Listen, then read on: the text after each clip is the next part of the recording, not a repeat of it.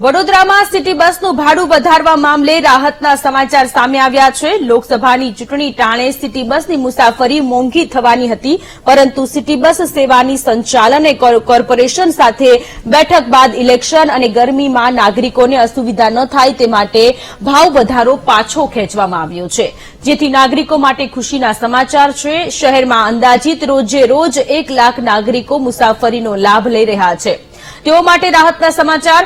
હાલ સિટી બસનું ભાડું 5 રૂપિયા જ રહેશે, જે 7 રૂપિયા થવાનું હતું, પરંતુ બેઠક મળી, બેઠકમાં સફળતા મળી છે।